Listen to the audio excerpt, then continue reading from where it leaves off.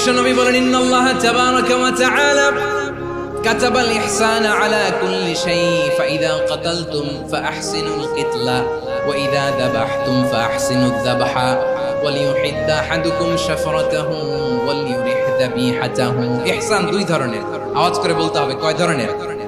একটা হচ্ছে ইহসান ফিল ইবাদা, ইবাদতে ইহসান। ইবাদতে ইহসান কি? একাগ্র অনুভব দিয়ে ইবাদত করা, মন প্রাণ দিয়ে ইবাদত করা।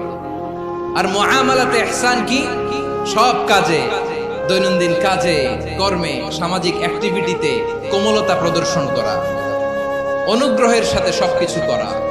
আল্লাহ তাআলা ইন্নাল্লাহা তাবারাকা ওয়া তাআলা কাতাবাল ইহসানা আলা কুল্লি শাই, তিনি সব কিছুর ব্যাপারে ইহসানকে আবশ্যক করেছেন। সবকিছু, মুমিনের সব কাজে ইহসানের পরশ থাকবে। ওয়া ইযা কাতালতুম ফাআহসিনুল কিতলা, বিষ্ণু বলেন তুমি যখন কাউকে হত্যা করো ইহসানের সাথে করো। সুবহানাল্লাহ পড়বেন না?